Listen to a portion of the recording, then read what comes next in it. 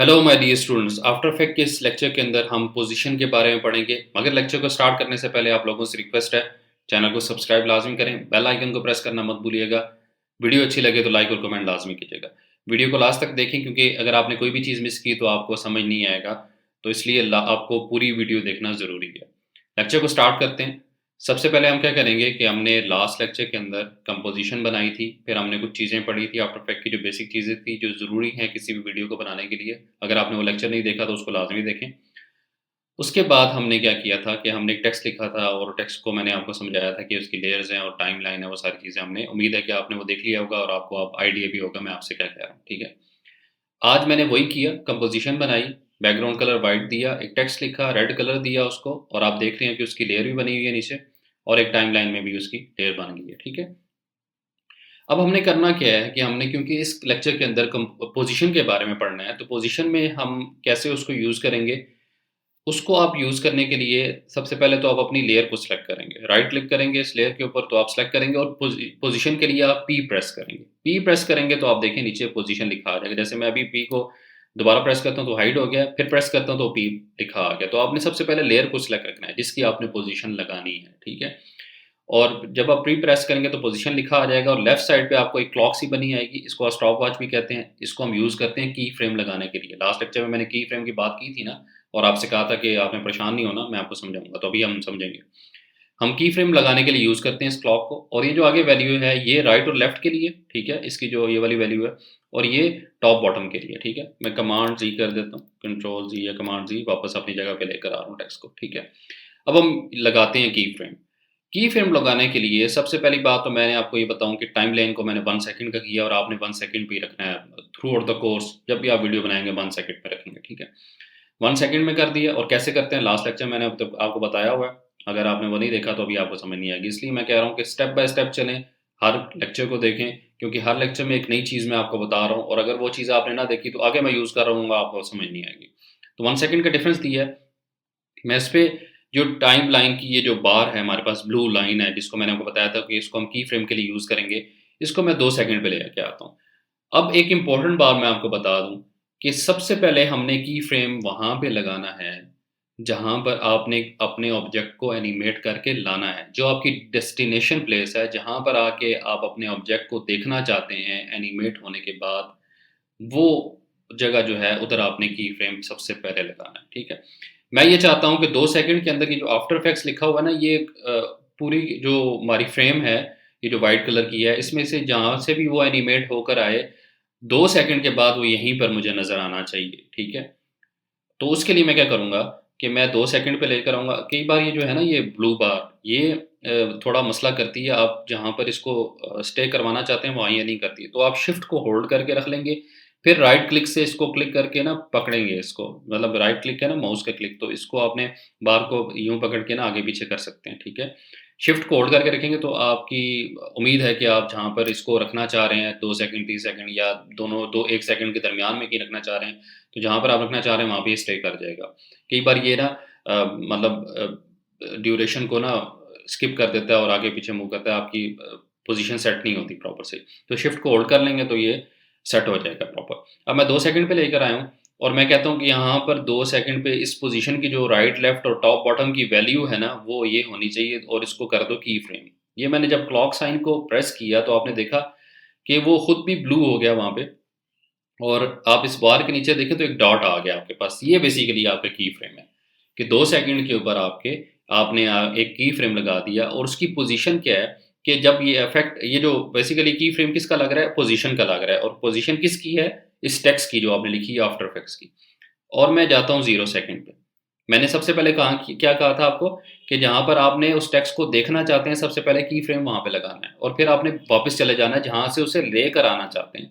जहाँ से लेकर आना चाहते हैं, मैं जो वर्ड यूज़ कर रहा हूँ इसको आपने समझना है, बड़ी इंपॉर्टेंट चीज़ें हैं इसके, इसको समझें कि अब मैं क्या करूँगा कि मैं इसको लेफ्ट साइड पे ले जाऊँगा इस टेक्स्ट को। ठीक है, अब देखें मैं जहाँ से उसको लेकर आना चाहता था वो था 0 सेकंड, जहाँ पर मैं उसको देखना चाहता था एनिमेट होने के बाद वो है 2 सेकंड।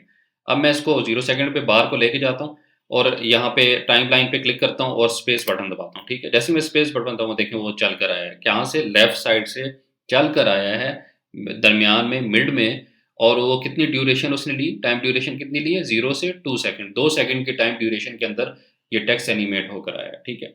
अब मैं ये कहता हूँ कि 2 और 3 सेकंड के दरमियान का जो टाइम है ना, उसमें ये यहीं पर स्टे करे। तो यहीं पर स्टे करवाने के लिए मैं क्या करूँगा, 2 काम कर सकता हूँ। एक तो इसको, ये जो की फ्रेम मैंने 2 सेकंड पे लगाया था, इसको मैं कर लेता हूँ कॉपी। तो कॉपी कैसे करूँगा, कमांड सी, कंट्रोल सी करूँगा, तो मेरे पास कॉपी हो जाएगा। और जहाँ पर मैंने 3 सेकंड तक इसको स्टे करवाना है, तो मैंने बार को 3 सेकंड पे रखना है। ये बार बड़ी इंपॉर्टेंट है, जहाँ पे आप इसको रखेंगे की फ्रेम वहाँ पे लगेगा। यहाँ पे ये रख के लगा देंगे तो उसका मतलब है इसी के ऊपर आप लगा रहे हैं, आप आगे तो लगा नहीं रहे। तो इसलिए मैं 3 सेकंड पे इस बार को लेके जा रहा हूँ और कमांड वी या कंट्रोल वी से मैं इसको पेस्ट कर दूँगा। एक तो तरीका ये है। दूसरा तरीका ये है कि आप बार को यहाँ पर लेके जाएँ और आफ्टर इफेक्ट क्या करता है कि जो लास्ट आपने की फ्रेम लगाया होता है ना, अब ये जैसे ये वाला आपका की फ्रेम आगे था, इसके बाद आगे कोई भी की फ्रेम नहीं है। आप इससे आगे जब जाएँगे ना, तो यहाँ पर इसने नोट कर लिया है कि जो लास्ट की फ्रेम आपका लगा हुआ ना, उसकी वैल्यू ये थी। आप जब दोबारा ये वाला जाएँगे और इस बार को ऐड और रिमूव की फ्रेम एट करंट टाइम पे इस पे क्लिक करेंगे, तो क्या करेगा, जो लास्ट आपका जो की फ्रेम लगा होता है ना, उसको ही आगे कॉपी कर देगा, ठीक है? वो कहीं पर भी लगा हो। तो वो उस आफ्टर इफेक्ट इसको ज़हन में रख लेता है कि ये जो लास्ट की फ्रेम लगा हुआ है ना, इसी को मैंने आगे कॉपी करना है, ठीक है?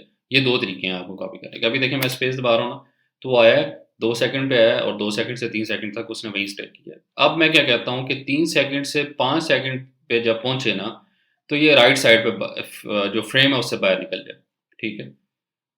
अब ये इस फ्रेम से क्या करें, बाहर निकल जाए। शिफ्ट को होल्ड करके रखेंगे, ये चीज़ मैं आपको बता दूँ कि शिफ्ट को होल्ड करके रखेंगे तो स्ट्रेट लाइन में मूव करेगा। अगर आप शिफ्ट को होल्ड करके नहीं रखेंगे ना, तो ये जो है आगे पीछे मूव करना शुरू करें। फॉर एग्ज़ाम्पल मैं देखें शिफ्ट को होल्ड नहीं करता ना, मैं यहाँ से इस टेक्स्ट को राइट क्लिक से पकड़ता हूँ ना, तो ये देखें आगे पीछे मूव कर रहा है। मगर मैं शिफ्ट को होल्ड कर लेता हूँ ना अगर, तो देखें वो मुझे उसको ना मूव करने में आसानी हो रही है, ठीक है? तो शिफ्ट क्या करता है आपका, स्ट्रेट लाइन में आपको मूव करने में आसानी पैदा करता है, ठीक है? आपने शिफ्ट को होल्ड करके रखना है और वैल्यूज़ भी जल्दी चेंज होती हैं, तो अब आप अगर शिफ्ट को होल्ड नहीं करेंगे तो वैल्यूज़ बड़ी स्लो चेंज होंगी। ये जो नीचे चेंज हो रही है ना राइट लेफ्ट की वैल्यूज़, ये स्लो चेंज होंगी। अगर शिफ्ट होल्ड करके रखेंगे तो वो जल्दी चेंज होंगी, सही है? अब मैं फिर दोबारा स्पेस दबाता हूँ। मैंने क्या किया, 0 से 2 सेकंड में लेफ्ट से मूव करके लाया और 2 से 3 सेकंड में उसको स्टे करवाया, 3 से 5 सेकंड के अंदर उसको राइट साइड पे मैंने बाहर निकाल दिया, ठीक है? अभी फिर देखें आप, स्पेस दबाता हूँ, वापस लेकर आया बार को, स्पेस दबाता हूँ, 0 से 2 सेकंड के अंदर मैं लेकर आया उसको मिड में, 3 सेकंड तक मिड में स्टे करवाया, 3 से 5 सेकंड के अंदर मैंने राइट साइड पे उसको बाहर निकाल दिया। अब मैं कहता हूँ उसको वापस लेकर आना चाहता हूँ मैं, 5 से 7 सेकंड में वो राइट से क्या आ जाए, वापस आ जाए, राइट जाए फिर एकदम वापस आ जाए, ठीक है? या राइट जाए थोड़ी देर वहाँ पे स्टे करे, तो एक थोड़ी-सी हमारी प्रैक्टिस हो जाएगी। मैं वापस इस बार को क्लिक करूँगा तो उसने जो लास्ट यहाँ पर ये वाला की फ्रेम था वो आगे लगा दिया। तो 6 सेकंड तक वो स्टे करे राइट साइड पे और 8 सेकंड में वो वापस अपनी जगह पे आ जाए, जहाँ पर वो 2 या 3 सेकंड पर था, ठीक है? तो 2 या 3 सेकंड में वापस लाने के लिए मैं इस की फ्रेम को राइट क्लिक करके होल्ड करके मैं इसको सेलेक्ट करता हूँ। राइट क्लिक, माउस का राइट क्लिक को होल्ड करके इस की फ्रेम को सेलेक्ट करता हूँ क्योंकि मैं इस पे वापस लाना चाहता था। कमांड सी या कंट्रोल सी से कॉपी करूँगा और इस बार पे क्लिक करूँगा और इस पे कमांड वी या कंट्रोल वी से मैं कॉपी कर पेस्ट कर दूँगा इसको। तो अब आप देखेंगे कि क्या करेगा, स्पेस दबाता हूँ, लेफ्ट साइड से दरमियान में आया, स्टे किया, फिर राइट साइड पे निकल गया, वहाँ पे 1 सेकंड स्टे किया, फिर लेफ्ट साइड पे वापस आ गया, ठीक है? ये एक देखने में आसान लग रहा है, जब आप करेंगे ये आपके लिए बड़ी कॉम्प्लिकेटेड चीज़ बनेगी शुरू में, ठीक है? इसको समझना बड़ा ज़रूरी है, इसको समझें क्योंकि ये चीज़ें ही आगे यूज़ होनी है। स्टार्ट में ये जो मैं बेसिक बता रहा हूँ, ये बड़ी इंपॉर्टेंट है, पोज़ीशन हर जगह यूज़ होगी आपकी, ठीक है? तमाम ऑब्जेक्ट्स को मूव करवाने के लिए। कोई भी चीज़ अगर समझ नहीं आई, कमेंट्स में आप मुझसे पूछ सकते हैं, मैं आपको उसका रिप्लाई करूँगा। लास्ट में आप लोगों से फिर रिक्वेस्ट है, चैनल को सब्सक्राइब करें, बेल आइकन को प्रेस करना मत भूलिएगा। मिलते हैं आपसे नेक्स्ट लेक्चर में, तब तक के लिए आपसे इजाज़त चाहूँगा। Thank you so much.